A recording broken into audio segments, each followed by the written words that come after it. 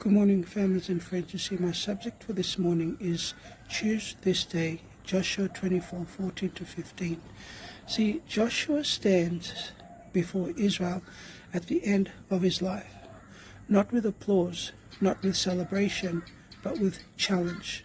He says, fear the Lord, serve him in sincerity and in truth, and choose you this day whom you will serve.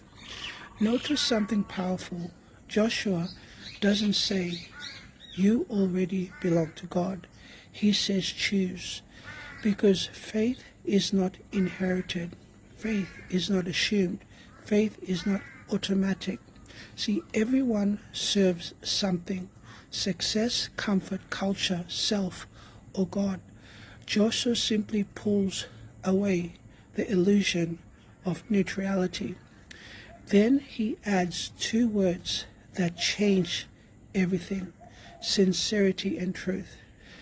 To serve God in sincerity means an undivided heart, no pretending, no public religion with private compromise, no mixing God with hidden idols.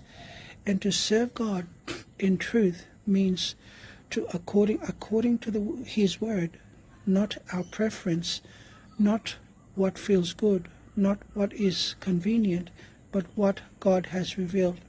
Sincerity without truth becomes emotional religion. Truth without sincerity becomes cold religion. God calls for both. And then Joshua draws a line in the sand.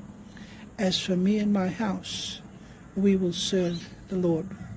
That's leadership, not forcing others, not choosing first. So here's the question Joshua lives with us.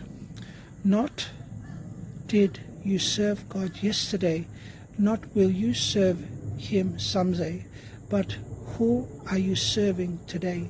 Because the choice is daily and the decision is personal. Choose this day. God bless.